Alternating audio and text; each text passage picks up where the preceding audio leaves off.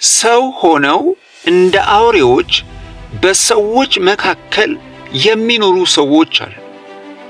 እናንተ አውሬዎች ኑ ሰው ሁኑ። ጌታችን ኢየሱስ ሰው ያደርጋችኋል።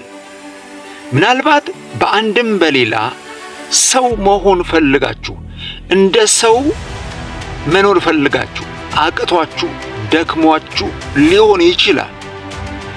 ሰው በኃይሉ አይበረታም እንደሚል ምናልባት ትክክለኛውን የእግዚአብሔርን ተፈጥሮ መያዝ ፈልጋችሁ፣ የእግዚአብሔርን መልክ፣ የእግዚአብሔርን ምሳሌ መያዝ ፈልጋችሁ ሞክራችሁ አቅቷችሁ ሊሆን ይችላል።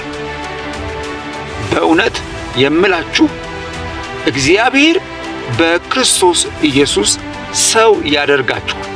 ባህሪያችሁን ይለውጣል። አኗኗራችሁን ይለውጣል። አካሄዳችሁን ይለውጣል። አሁን ላይ የብዙዎች ንግግር ያስፈራል። ጨዋታ ያስፈራል። አስተያየታቸው ያስፈራል። የሰው አይመስልም፣ የአውሬ ይመስላል። እናንተ አውሬዎች ኑ። ቢሆንላቸው እነኚህ አውሬዎች ወፍጮ ቤት እንደገባ እህል ይፈጩን ነበር፣ እግዚአብሔር ከኛ ጋር ባይሆን።